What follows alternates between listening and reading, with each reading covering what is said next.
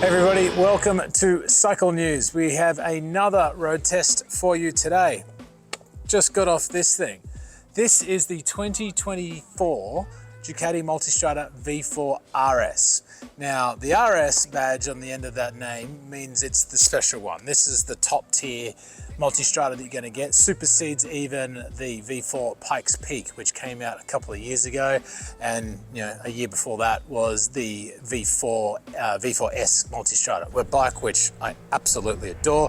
If you want to go and check out the test up there, that was the bike that debuted blind spot detection software, adaptive cruise control, all that good stuff. But yeah, this thing is ratchet up a few, shall we say.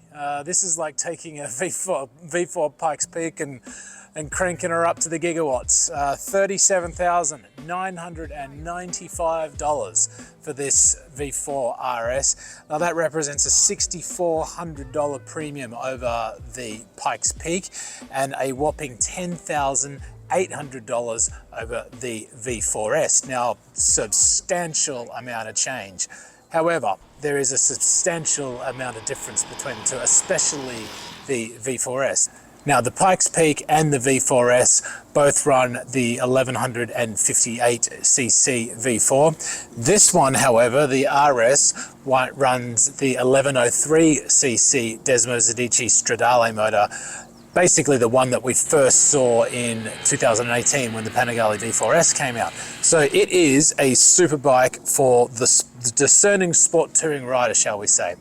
And that kind of gives you a bit of a lead into why this bike exists in the first place. It exists really kind of because Ducati can, and they do a lot of things just because they can.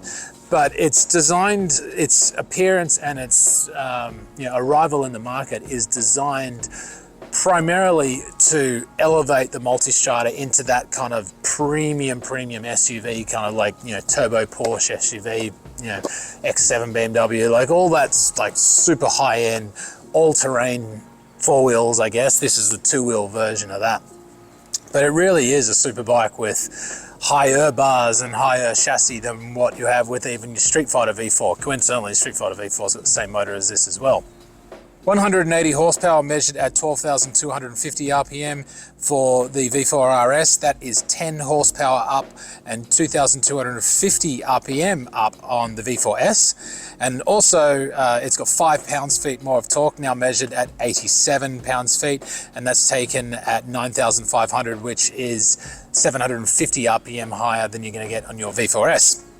It's not quite the same engine that you're going to get out of your superbike. So you have a 50mm throttle body versus a 52, I think it is, for your V4S and your Street Fighter V4S naked bike.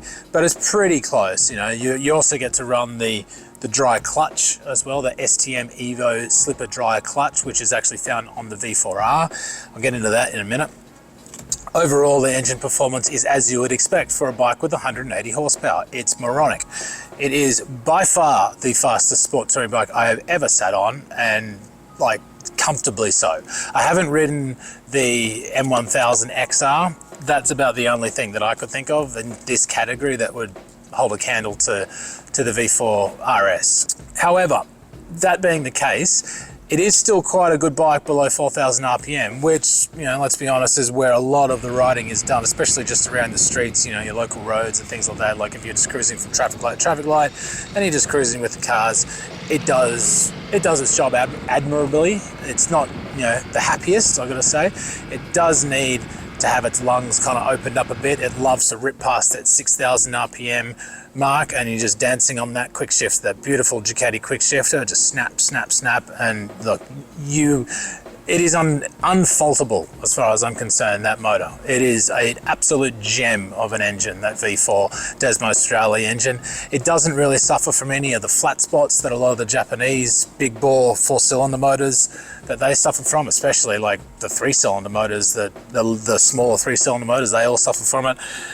Like they say in the classics, there's no replacement for displacement, and the V4 RS really it's unfaultable as far as I can tell on the engine. It's got so much performance. You don't even scratch the surface until you're doing 80 miles an hour. Like, it's not even trying. One thing I will say with that gearbox, it's attached to that dry clutch. and that dry clutch is so noisy.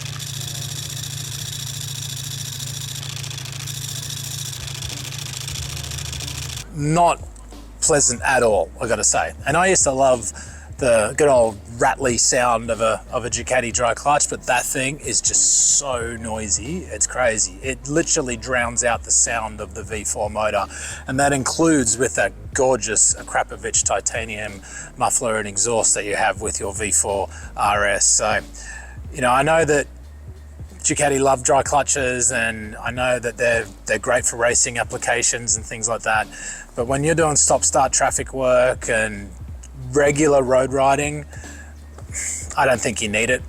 One of the reasons why the acceleration is rather profound, shall we say, is it's got quite shorter gearing, the V4 RS does. So the V4S runs 1642 front and rear sprockets, whereas the V4 RS runs 1543. So that's going to get you off the line, gets you off there faster. You will have slightly higher RPM for a given engine speed, for a given road speed, but look, you know, I didn't notice any different. I took this thing on everywhere, freeways, back roads, canyons, stop-start traffic lights, everything. I just like the extra acceleration that you get out of it. Now on that note, you have 4 power modes, including full, high, medium and low, and you have 4 riding modes, which is race, sport, touring and urban. Now if you are familiar with any of these riding modes or the multitude of options that you can have within these riding modes, you'll know that, you know, you can get in there and adjust everything: traction control, wheelie control, engine brake control, 6.5 inch dash as well that you're doing it through.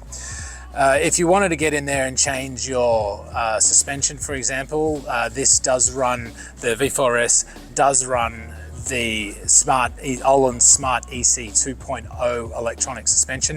It's the event-based suspension, although it is different. The algorithm is slightly different compared to what you're going to get with your Street Fighter and your Panigale V4S. Now on the Superbike on the Panigale, you have corner entry, mid-corner and acceleration, and they're different sort of, I guess, stability, whether you want it stiffer or softer or however it is you want.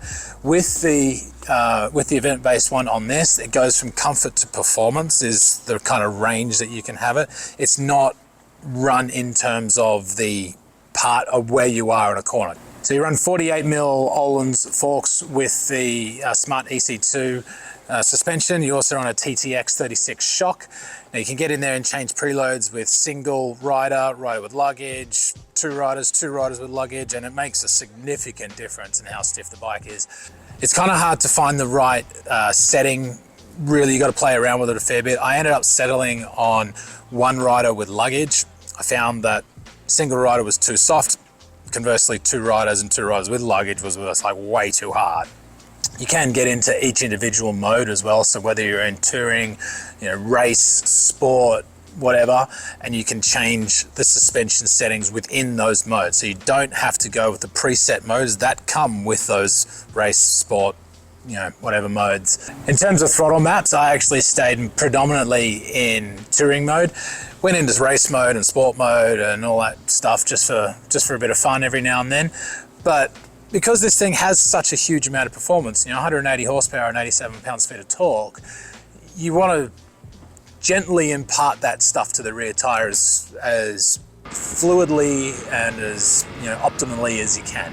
If you're not going out and ripping this thing at the racetrack, which I did not do, I only rode this thing on the road, then yeah, cool. Go to race, go to sport. You want all the acceleration all the time. Whereas on the road, touring was more than enough for me. You know, you can take your wheelie control off in touring mode if you want. And you can stick the thing up on the back wheel, and it does that very well, I gotta say. So one of the big things with the V4 RS is the weight saving. Now you got 15.4 pounds difference compared to the V4S, and a lot of that comes through just little bits and pieces here and there. So 5.5 pounds comes out of that beautiful titanium subframe. I mean, that is an absolute work of art, that thing. Love it. You get 6.6 pounds out of the Marchesini wheels, and you know, everyone loves Marchesini forged aluminum wheels. Like, again, works of art, and they do such wonders for, you know, agility, low speed turning, high speed turning. You know, your less unsprung weight means you get into corners faster, you turn faster, you brake faster, you accelerate faster. Number one performance modification. If you are going to go and do anything to your motorcycle, go get yourself some lightweight wheels and then worry about everything else next. Interestingly, the V4 RS does not come with a lithium-ion battery. It actually comes with a lighter lead-acid battery. Saves about 3 pounds or so compared to your standard battery, but I was kind of surprised it didn't run a lithium-ion battery considering its sort of designation as the premium end Multistrada. And on top of that, you know, you've got carbon fiber for the front wheel guard, carbon fiber intakes, carbon fiber screen, like, you know, it's just bits and pieces everywhere. And if that's just not enough, you can go and pick yourself up the Akrapovic titanium muffler. It's kind of like a half system that they have. That'll save you 11 pounds, and that will boost your horsepower to acclaimed if you are using the Ducati oil that's developed by Shell. Don't know how beneficial it is, but I'm not one to argue. It'll pump out 195 horsepower. So, mate, how fast do you need to go? In terms of your stopping power, you're going to get Brembo 4-piston radial mounted Stylema calipers and 330mm discs. These are the same as what you're going to get on your Pikes Peak V4, although these ones are painted red, and as we all know, red helps you stop faster. Now, I've got to say, I don't know that I'd buy this. I think part of it is because it's really not that comfortable over long periods of time. That seat gets crazy hard after 45 minutes or so on board, and you find yourself stretching and moving around a lot. But also I think it's the price. You know, you're talking 38,000 bucks basically for one of these things. And yes, if you have that money, man, go for it. Like, go nuts. You go and get yourself an aftermarket seat. You'll be able to ride this thing for days, and you can throw luggage and all that kind of stuff at it if you need to, and you can turn it into a long distance touring bike if you really want. However, I think that Ducati kind of shot themselves in the foot a little bit because of how good the base model V4S Multistrada is. It's more comfortable, it's 10 grand cheaper, nearly 11 grand cheaper. The V4S Sport 2 is much better than what this thing does. This thing rips canyons like a Street Fighter, really. And that's what it is. It's basically a tall Street Fighter, a taller Street Fighter, which in itself is a naked superbike. I think if I was going to get a happy medium in between, I would be getting the Pikes Peak purely because of my association with the Pikes Peak, but also because I think the thing looks better. I like that big number 1 on the side there, and yeah, but this, you know, I'm not bagging on this thing. Don't get me wrong, I'm not bagging on this thing. I'm just saying that I think the Ducati Multistrada range now is so good that to have one that costs 10 grand more than what the base model is, which was my bike of the year, 2022, it's a big ask, but maybe I'm not the customer thereafter. However, still a stupendous motorcycle. I hope that is the last one, if you know what I mean. I really don't see the need for any more V4 Multistradas. There's 4 of them if you include the Enduro. So there's the V4S, the V4 RS, the Enduro, and the Pikes Peak. That's enough Multistrada V4s, shall we say. So, but either way, look, I'm glad this thing exists. I feel like we're going to have to try and get us this thing and throw it against an M1000XR just as a high-end test. But I hope this gives you guys a bit of an idea what it's like to ride. And yeah, we'll see you guys around soon. Keep her rubber side down. Cheers.